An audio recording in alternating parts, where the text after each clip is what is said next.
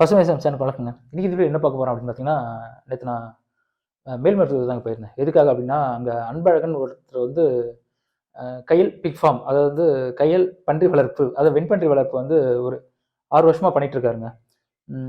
ஆரம்பத்துல 200 பண்ணி வச்சிருந்தாரு.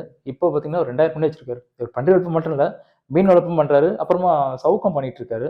இவர் ஒரு 5 வருஷத்துக்கு முன்னாடி தான் 5, 6 வருஷம் முன்னாடி இந்த பணிய தொடங்கும்போது 200 பண்ணி தான் வச்சிருந்தாராம். இன்னைக்கு வந்து 2000 பன்றிய வந்து வளர்த்துட்டு இருக்காரு.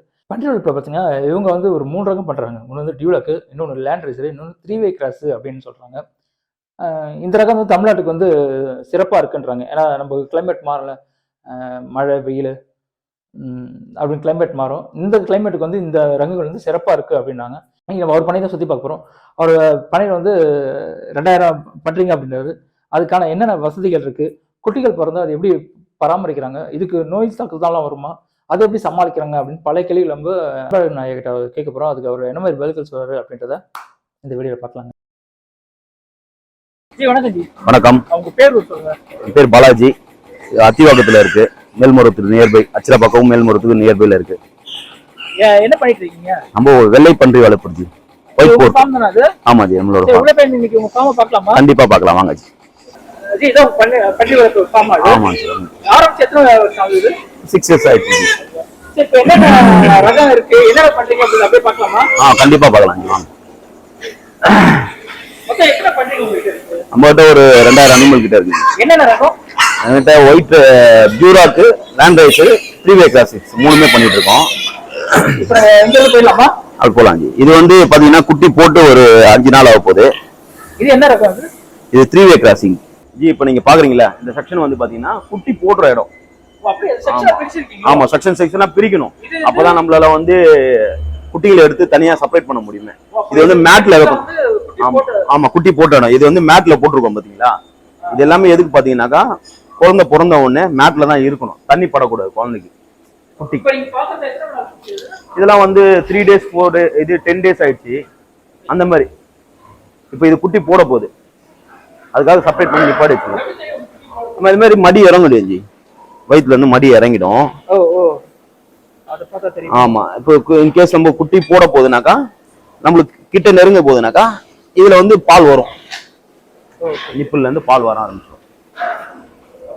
ஆமா, இல்ல இது வந்து லாஸ்ட் ஸ்டேஜ். இப்போ குட்டி நாளைக்கு இன்னைக்கு போட போகுதுனாக்கா அதுக்கு பால் வந்துடும்.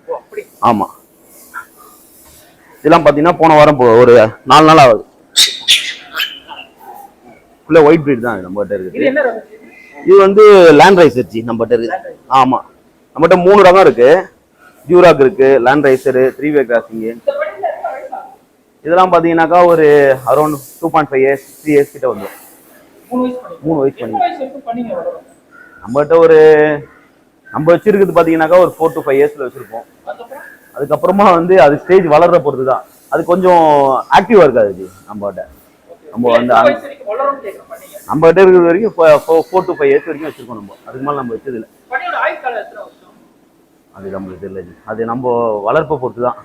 ஏன்னா திடீர்னு நிறைய பண்ணி வந்து திடீர்னு அதிகமா வளரும், சாப்பிட்டுட்டு அதுக்கு ஏற்ற மாதிரி ஆக்டிவா இருக்கணும். இப்போ நம்ம கிட்ட ஒரு பண்ணி இருக்கு, பண்ண ஆரம்பிச்சதுல இருந்தே ஒரே அந்த பண்ணை இருக்கு. ஒரு பண்ணி நான் காட்டுறேன் பாரு.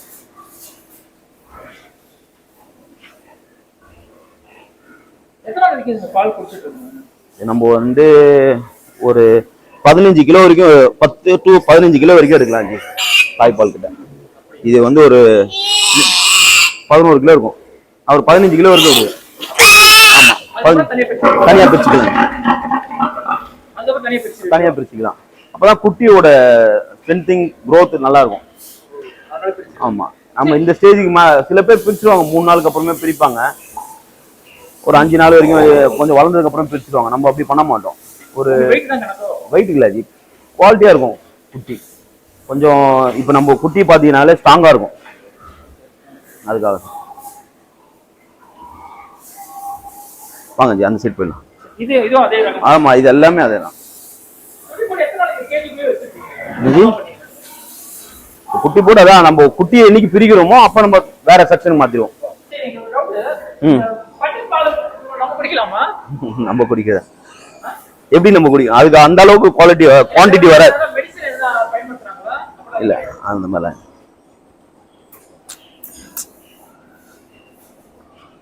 இது தாய்கிட்ட இருந்து பிரிச்சு பிரிச்ச குட்டிங்க இதெல்லாம். ஓ அப்படியா? அங்க இருந்து பிரிச்சு ஆமா பிரிச்சு இங்க ஆமா இது எல்லாமே தாய்குட்டை இருக்குங்களா.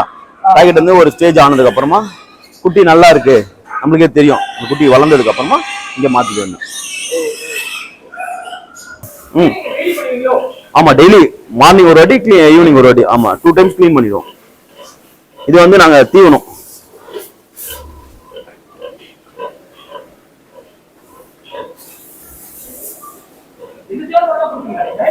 ஆமா ஜி வேற தீவனம் கிடையாது. நல்லா இருக்கு growth. சரி தீவனம் எவ்வளவு கொடுப்பீங்க? இந்த தாய் பண்ணிக்கு எவ்வளவு கொடுப்பீங்க? 1 கிலோ மேனிக் பேசிக். Morning 1 kilo evening 1 kilo. அது போதுமானது. நம்ம வேற எதுவும் மிக்ஸ் பண்றது இல்ல, வெறும் தீவனம் மட்டும்தான் 1 kg போதும். நான் அதுவே அப்பதான் அதோட பால் growth அதிகமா இருக்கும். நம்ம அதிகமால வெயிட்டும் கொடுக்க கூடாது. ஏன்னா நெக்ஸ்ட் ஈடுக்கு எடுக்கணும் நம்ம இந்த குட்டியை. ஆமா இப்போ இது குட்டிகிட்ட இருந்து பிரிச்சோம்னா செகண்ட் ஹீட் வரும். அது ஒரு 15 டேஸ்ல வந்துடும் ஹீட்டுக்கு. அப்ப போட மாட்டோம். அதுக்கப்புறம் நெக்ஸ்ட் ஹீட்ல தான் போடுவோமே. கம்பல்சரி குட்டி போடுறது இல்ல, ஹீட் ஆகும். பண்ணியே பருவத்துக்கு வரும். இப்ப ஃபர்ஸ்ட் பருவத்துல வரும்போது நாங்க போட மாட்டோம். 2வது பருவத்துல வரும்போது போட்டுருவோம். நம்ம குட்டிகிட்ட இருந்து தனியா செப்பரேட் பண்ணி எடுத்ததுக்கு அப்புறமா ஒரு 15 டேஸ்க்கு அப்புறமா அது கோலன் பண்ணி தனி பயன்படுத்தி அதுக்கப்புறமா தான் அதை செகண்ட் ஹீட்ல தான் போட முடியும். அது இது வரைக்கும் இது 15 to 16 போடுது. நம்ம 13 16 வரைக்கும் எடுத்துருக்கோம். கண்டிப்பா போடுவோம். அதுதான் ஜி. இப்போ இந்த கேஜ் போடலனாலே உங்களுக்கு குட்டி டேமேஜ் ஆயிடும். நான் காட்டுறேன். ஆமா இன்னொரு செக்ஷன் இருக்கு, அந்த செக்ஷன்ல பாருங்க. பண்ணி அப்படின்னு இருந்தா மட்டும்தான் இந்த மாதிரி ஒரு குட்டி டேமேஜ் இல்லாம வராது. இப்ப இந்த கிளைமேட்டுக்கு செட் ஆகல அந்த குட்டிங்க, உடம்பு ரொம்ப முடியாததை தனிமைப்படுத்தி வச்சிருப்போம். இது வந்து இதுக்கு வந்து இன்னும் அந்த அளவுக்கு ஹெல்த் ஆகல. அது இப்ப தெரியுது நம்மளுக்கு ஆக்டிவா இருக்காது குட்டிங்க. இப்போ இதை மட்டும் தனியா வச்சு நம்ம மெயின்டைன் பண்ணோம். இதுக்குன்னு தனியா வந்து பூஸ்டர் டானிக் அந்த மாதிரிலாம் கொடுத்து இதை கொஞ்சம் பூஸ்ட் பண்ணலாம். தேய்ச்சிடலாம் ஜி, ஒன்றும் பிரச்சனை இல்லை. அதாவது அதனாலதான் தனியா எடுத்தாதான் அதுக்கு தெரியுமே. இப்போ மற்ற குட்டிங்க கூட போட்டோன்னு வச்சுக்கோங்களேன், அதுங்க சாப்பிட இது சாப்பிடாது. தனியா போட்டு சாப்பிட வச்சாதான் அது சாப்பிடுங்க. ஒரே நிமிஷம். இது எல்லாமே வந்து கன்சியூவா இருக்கு. கடாக்கட்ட இருந்து பிரிச்சுது. இந்த மாதிரி மடி கீழே இறங்கும். அதோட பால் மடி வந்து கீழே இறங்கும். கொஞ்சம் கொஞ்சமா கீழே இறங்கும் போது இந்த மாதிரி தனியா வச்சுட்டோம்னு வச்சுக்கோங்களேன், அப்போ வந்து குட்டி டேமேஜ் அதிகமாகும். ஏன்னா முன்னோர் பண்ணி இந்த பண்ணி மேல டச் ஆகும் போது தான் உள்ள குட்டிங்கெல்லாம் டேமேஜ் ஆகுது. இப்போ நம்ம கேஜுக்குள்ள போடும்போது குட்டிங்க வந்து டேமேஜ் ஆகும். ஆமா அது உள்ள செப்பரேட்டா இருக்கிறதுனால ரொம்ப அதிகமா ஒரு 2 பண்ணி பக்கத்து பக்கத்துல இருந்ததுனாக்கா சாப்பிடும் போது அடிச்சுக்கோங்க. அதுக்காக தான் நம்ம தனிமையா அந்த கேஜ்குள்ள வச்சு வளர்க்குறது. தாராளமா போதும். இதோட சின்னதெல்லாம் வைக்கிறாங்க, நம்ம கொஞ்சம் ஸ்பேசஸ் தான் கொடுக்குறோம்.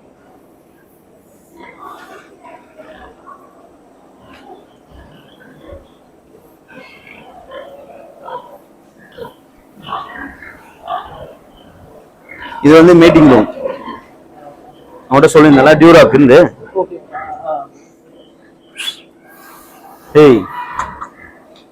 Meeting room. இதுமே பருவத்தில் வரும்போது தனியா எடுத்துட்டு வந்து போட்டு அவங்கள வந்து மீட்டிங் தான் விட்டுருக்கு. ஒரு 3 நாள் ஆகும். 3 நாளுக்கு அப்புறமா எடுத்துருவோம். பெண்ணை மட்டும் தனியா பிரிச்சு இந்த மாதிரி கேஜ்ல வச்சிருவோம்.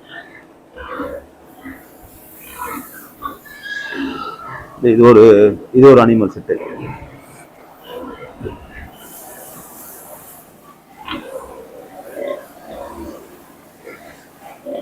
ஏன்னா 4 இயர்ஸ் ஆக போகுது இந்த இதெல்லாம் நம்மகிட்ட இருக்கு. எவ்வளவு வெயிட் இருக்கும் அது?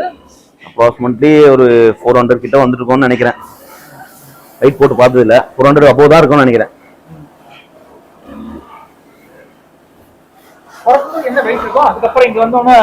பிறக்கும் போது ஒரு குட்டி ஒரு மாதிரி இருக்கும் ஜி.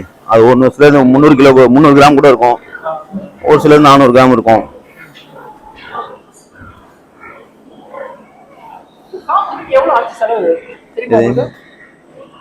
இதெல்லாம் கால்குலேட்லாம் பண்ணல ஜி.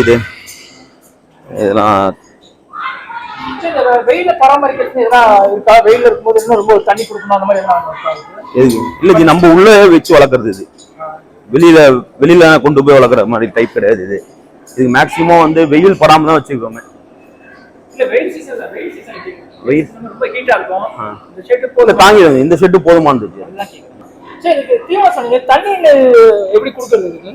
இதுக்குன்னே பாத்தீங்கன்னாக்கா நிப்பிள் செட் பண்ணிருப்போம் ஜி, பைப் லைனு. அது தண்ணி தான் வந்தா இதுவே வந்து தண்ணி குடிச்சிடும். அது தெரியுமா? கண்டிப்பா தெரியும். ஏன்னா இதுக்கு பக்கத்துலயே இருக்கும்னு தெரியும் அதுக்கு. ஏன்னா குட்டிங்களுக்கு முதல் கொண்டு பக்கத்துல நிப்பிள் வச்சிருப்போம். அதுக்குள்ளே தெரியும். ரெகுலரா பழகிறது. தண்ணி இருக்கிற இடம் தெரியாது. ஃபேட்டிங் செக்ஷன் பாக்குறீங்களா? பாத்துறீங்களா? ஃபேட்டிங் செக்ஷன் போய் பாத்துலாமா? ஜி, அங்க பார்த்தோம் பாத்தீங்களா? அது வந்து ப்ரீடிங் செக்ஷன். இது வந்து ஃபேட்டிங் செக்ஷன். ஃபேட்டிங்னாக்கா கறிக்காக வளர்க்கறது. அதுக்காக தனியா வளர்க்கறது, கறிக்காக வளர்க்கறீங்களோ? இல்ல ஜி, அது வந்து ஃபர்ஸ்ட் ஸ்டேஜ்னு வெச்சுக்கோங்க. இது வந்து செகண்ட் ஸ்டேஜ்னு வெச்சுக்கோங்க. ஆமா, அது ஃபர்ஸ்ட் ஸ்டேஜ், செகண்ட் ஸ்டேஜ்னு வெச்சுக்கோங்க. அந்த குட்டிகளை வந்து நம்ம மேட்ல பாத்தீங்களா, தாய் கிட்ட இருந்து பிரிச்சு மேட் கொண்டு வந்தோமா, மேட்ல இருந்து growth ஆனதுக்கு அப்புறமா இங்க கொண்டு வந்துரும். இது ஃபர்ஸ்ட் ஸ்டேஜ். இதுக்கு அடுத்த ஸ்டேஜ் ஒரு 15 to 20 kg வெச்சுக்கோங்களேன். 15 மேல வர கேஜிலாம் வந்து இங்க போட்டுடணும். இதுக்கு அப்புறமா வர்றது எல்லாமே 1 by 1 வந்துடும். இது எல்லாமே ஃபீமேல் செக்ஷன். இது ஃபீமேல் தனியா வச்சிருப்போம். இது பருவத்துக்காக நான் சொல்லியிருந்தேன் பாத்தீங்களா, குட்டிங்க வந்து பருவத்துக்கு வரும். இதை 1 by 1 எடுத்துட்டு போயிட்டு நம்ம அதுல மீட்டிங் விடணும். மீட்டிங் விட்டதுக்கு அப்புறமா வந்து கேஜில போடணும். அந்த மாதிரி சொன்ன பாத்தீங்களா, அது வந்து இது ஒரு செக்ஷனு. அந்த மாதிரி இன்னும் ஒரு செக்ஷன் ஒன்று, 2 செக்ஷனு. இது எல்லாமே ஃபீமேல்ஸ் நம்ம கிட்ட இருக்குது. ஆமா, இதுல மூணு வேரியன்ட் இருக்கு. நம்மளுக்கு பார்த்தாலே தெரியும். இந்த ஒயிட் கலர்ல பாத்தீங்களா, இது எல்லாமே லேண்ட் ரைசரு. இல்ல பிரவுன் கலர்ல இருக்கும், அது எல்லாமே டியூராக்கு. இந்த 3 கலர் சேர்ந்தாம இருக்கலாம் 3 வே கிராசிங். ஆமா, அதெல்லாம் 3 வே கிராசிங். இப்படி வந்து இப்போ நம்ம அங்க இருந்து ஸ்டேஜ் பாத்தீங்கன்னாக்கா இது செகண்ட் ஸ்டேஜ்னு வச்சுக்கோங்க. ஆமா, செகண்ட் ஸ்டேஜ். அந்த குட்டிங்களுக்கு அப்புறமா இருக்கிற growth இது. குட்டி அப்பதான் அது கரெக்டான சாப்பாடு அதிகமா சாப்பிடுவோம். ஒரு சிலது பெருசா இருக்குதான் சீக்கிரமா சாப்பிடுவோம். குட்டியா இருக்க சாப்பிட விடாது. அது 1 by ஸ்டேஜ் விட்டோம்னாக்கா தனித்தனி ரூம்ல விட்டாதான் அது கரெக்டா இருக்கும். இது எல்லாமே ஒரே ஈக்குவலா இருக்குது. ஒரே ஈக்குவலா இருக்கிறதுனால கரெக்டா சாப்பிடும். அது குழந்தைங்களா இருக்கு, அந்த குழந்தைங்களை சாப்பிட விடாது. அந்த ஸ்டேஜ்ல இருந்து கொண்டு வரணும். அதை அவங்க ஒரு பேட்ச், இவங்க ஒரு பேட்ச். இந்த பேட்சுக்கு அடுத்தது பெரிய பேட்ச் ஆனதுக்கு அப்புறமா இது கொஞ்சம் பெருசாயிடுச்சு, தனி பேட்ச். ஆமா, இதுங்களோட கொஞ்சம் பெருசு. இடம் வெயிட் கணக்கு தான் நம்மளுக்கு. வெயிட் ஆனதுக்கு அப்புறமா கொஞ்சம் வெயிட் ஆயிடுச்சு, இதுல போட்டு அந்த மாதிரி இது ஒரு பேட்ச். நம்ம தனித்தனியா அதுக்கு அடுத்த பேட்ச் கொஞ்சம் பெருசா இருக்குல்ல, உங்களுக்கே தெரியுது பாத்தீங்களா. அது என்ன கேஜ் இருக்கு, இது என்ன கேஜ் இருக்கு? இது வந்து அரௌண்ட் ஒரு 60 to 70 கிட்ட வந்துரும் ஜி, ஆல்மோஸ்ட். இதுனா 40 கேஜ் இருக்குமா? ஆமா, ஒரு 40 to 35 அந்த ரேஞ்சில இருக்கும். இப்போ அதுக்கு அடுத்த ஸ்டேஜ்னு வச்சுக்கோங்க. கொஞ்சம் வெயிட் இன்க்ரீஸ் ஆக ரூம் மாறிட்டே இருக்கும். ஆமா,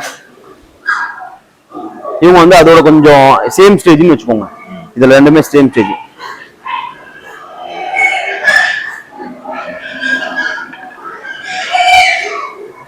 இது காலையிலயும் ஈவினிங்கும் வந்து 2 டைம் வந்து கிளீன் பண்ணிட்டு அதுக்கப்புறமா அதுக்கு தேவையான ஃபுட்டு கொடுத்துட்டு அதுக்கப்புறம் தான் ஆரம்பிச்சிடுவோம். கொஞ்சம் பெரிய ஸ்டேஜ். ஆமா, அதுக்கு அடுத்த ஸ்டேஜ்னு வச்சுக்கோங்களேன். இல்ல தனித்தனியா பிரிச்சிருக்கோம் நம்ம, ஏன்னா அப்பதான் கரெக்டா சாப்பாடு கரெக்டா போய் சேரும் அது. ஆமா,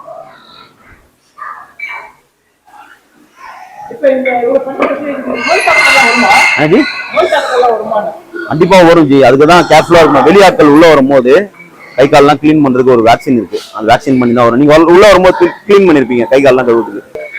அதுல வந்து எந்த ஒரு கிருமியும் உள்ள வரக்கூடாது. இது வந்து ரொம்ப சென்சிட்டிவான இடம் அது. அதுக்காக ஒண்ணுத்துக்கு வந்துன்னா கூட மொத்தத்துக்கும் வர ஆரம்பிச்சிடும், பன்றி காய்ச்சல் மாதிரி. இது வந்து நெக்ஸ்ட் பருவத்துக்கு வர ஸ்டேஜ்ல இருக்கவங்கலாம். ஆமா, இவங்களுக்கு வந்து நம்ம மீட்டிங் ரூம்ல விட்டோன்னு வச்சுக்கோங்க, கடா கூட விட்டோம்னாக்கா அது ஒரு 3 days வச்சு அதுக்கப்புறமா தனியா ஆமா கேஜ்ல எடுத்து போட்டுருவோம். இது ரொட்டீன் ப்ராசஸ் தான் ஜி. இப்ப இந்த பேட்ச் வந்து குட்டி போட்ட பேட்ச் அப்படின்னு வச்சுக்கோங்க. ஃபர்ஸ்ட் குட்டி நம்ம சொன்னோம் பாத்தீங்களா, அங்க இருந்து குட்டியை பிரிச்சதுக்கு அப்புறமா எடுத்துட்டு வந்து ஒரு 1 month ஹோல்ட் பண்ணதுக்கு அப்புறமா நெக்ஸ்ட் செகண்ட் வீக்ல வரும்போது எடுத்து போய் போடணும். அவ்வளவுதான்.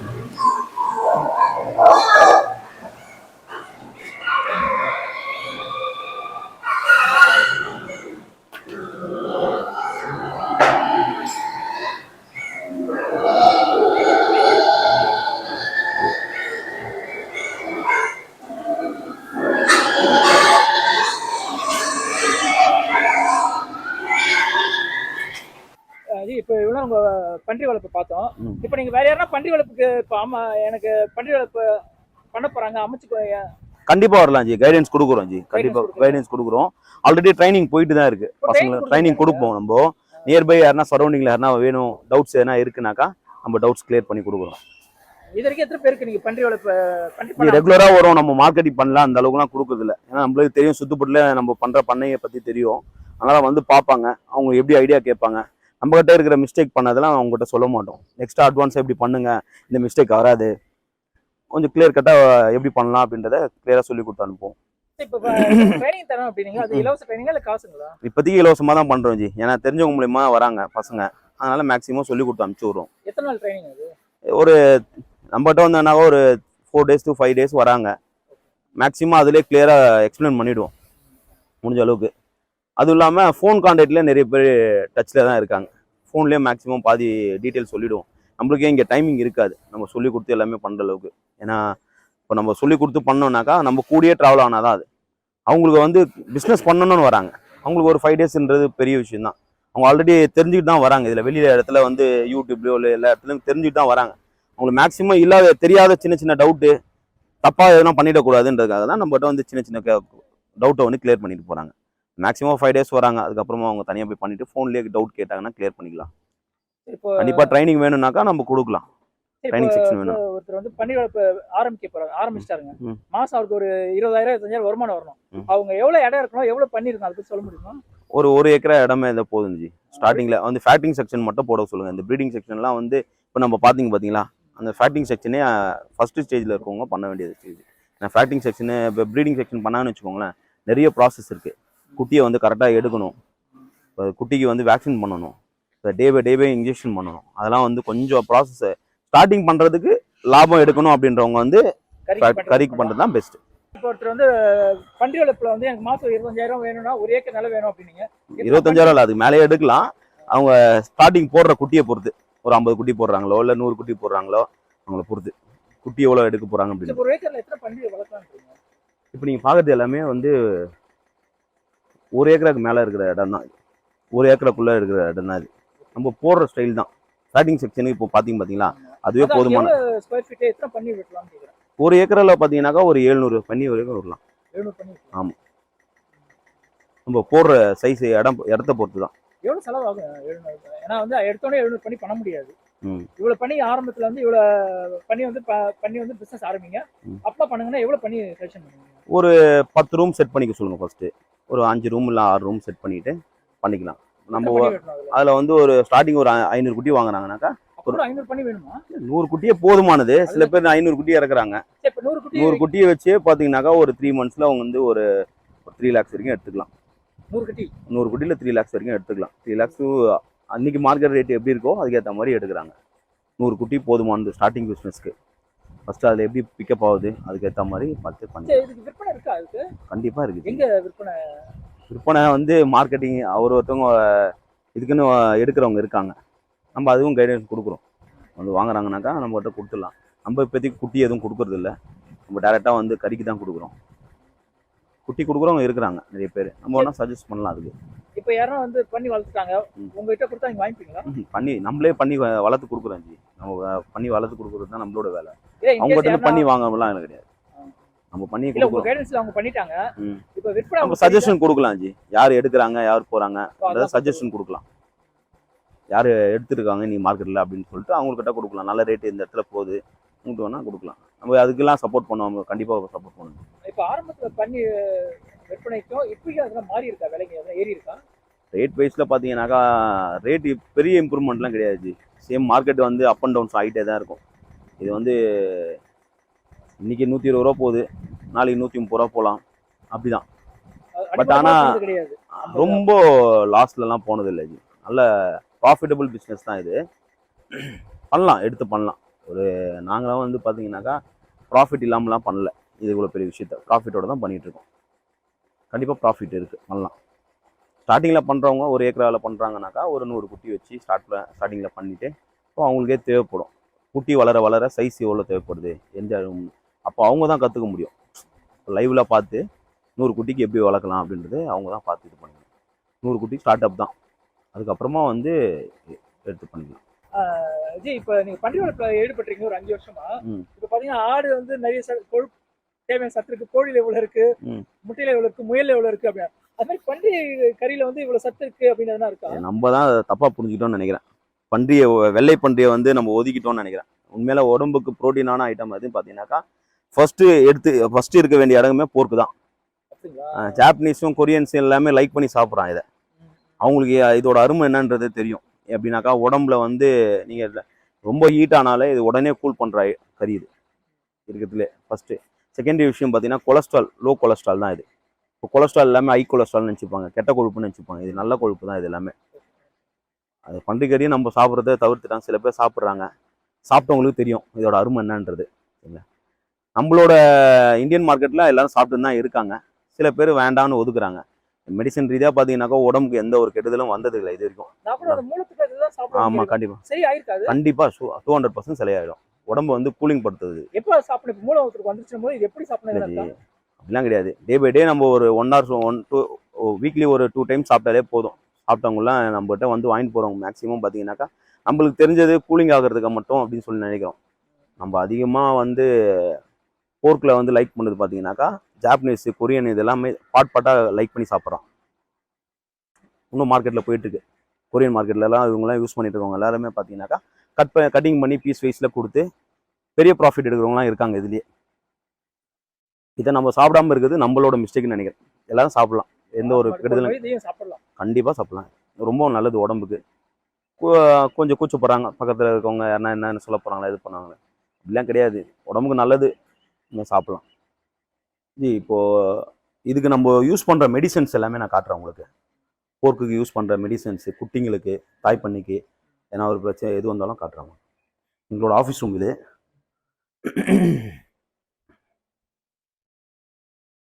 எல்லாமே நாங்கள் மெடிசன்ஸ் யூஸ் பண்ணிகிட்ருக்கோம். இதில் மேக்ஸிமம் இது ஸ்டாக்கு தான், உள்ளே தான் மெயினாக வந்து யூஸ் பண்ணிகிட்ருக்கோம். ஒன்று டே பை டே என்னென்ன யூஸ் பண்ணணும், இன்ஜெக்ஷனு, வேக்சினு, டானிக்கு, இது எல்லாமே இதில் இருக்குது. டீத் கட்டுறது எல்லாமே. ரொம்ப நோய்கள் வருமோ? 100% வராது ஜி. நம்ம மெயின்டைன் பண்ணுறது தான். வெளியாட்கள் அதிகமாக சேர்க்கக்கூடாது, க்ளீனாக இருக்கணும். மேக்ஸிமம் வெளியாட்கள் உள்ளே வரும்போது மட்டும் கொஞ்சம் கேர்ஃபுல்லாக பார்த்துக்கணும். வெளியிலேருந்து வர்றது தான் அதிகம். மேக்ஸிமம் வேக்சினில் நம்ம பண்ணும்போது ஓரளவுக்கு கிளியர் ஆகிடும்.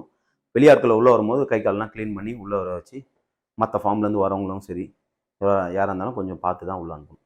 இப்போ மழை சீசன், வெயில் சீசன், குளிர் சீசன், 3 சீசன் இருக்குது. 3 சீசனுக்கு இந்த மாதிரி பண்ணி இந்த மாதிரி பராமரிப்பு எதனா இருக்கா? இல்லை அப்பதான் இல்லை ஜி, அப்படிலாம் இல்லை. அது பார்த்துக்கணும் தான். நம்ம வீட்டில் குழந்தைங்களை எப்படி பார்த்துக்கணுமோ அதே மாதிரி தான் இருக்கும்.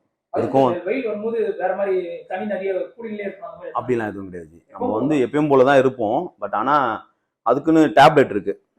இப்போ சில குழந்தைங்களுக்கு பார்த்தீங்கன்னாக்கா சாப்பாட்டில் எல்லாம் செட் ஆகாமல் இருக்கும். அதுக்கு நம்ம டேப்லெட் மூலிமா வந்து இல்லை இன்ஜெக்ஷன் மூலிமா எதனா ஒன்று பண்ணி டிவார்மிங் பண்ணி எதனா ஒன்று ரெடி பண்ணணும் ஒரு குட்டிங்களுக்கு. அது இயல்பாகவே வந்து ஒரு பேட்ச்லையும் பார்த்தீங்கன்னா ஒரு சில குட்டிங்களுக்கு வந்து அது தாங்குற சக்தி இருக்காது. அதை வந்து நம்ம தனிப்பட்ட முறையில் ஒரு மேட்டில் போட்டு தனியாக வளர்ப்போம்.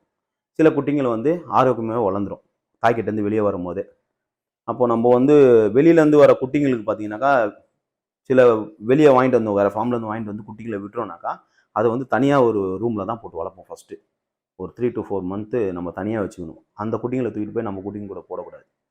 ஏன் அப்படின்னா அதுங்களுக்கு எதனா ஒரு சின்ன பிரச்சனை இருந்திருக்கும், உடனே சீக்கிரமாக ஸ்ப்ரெட் ஆகிடும். அதனால் வந்து தனித்தனி ரூமில் வச்சு பராமரிக்கணும். கேட்ட கேள்வி நிறைய விஷயங்களை பகிர்ந்தீங்க. குட்டி வளர்ப்பு வந்து ஒரு நல்ல தொழில் தான். அது அதோட கரியம் வந்து தப்பு கிடையாது. நம்ம உடம்புக்கு வந்து அவ்வளோ சத்துன்ற விஷயங்கள் வந்து நிறைய விஷயங்களை சொல்லியிருக்கீங்க. கண்டிப்பாக இந்த வீடியோ பார்க்குற எல்லாருக்கும் வந்து கண்டிப்பாக உபயோகமாக இருக்குன்னு நினைக்கிறேன். இவ்வளோ நேரம் எங்களுக்கு நேரம் ஒதுக்கி உங்கள் விஷயங்கள் சொன்னதுக்கு, நிறைய தகவல் சொன்னதுக்கு நன்றிங்க. ஓகே, வாங்க.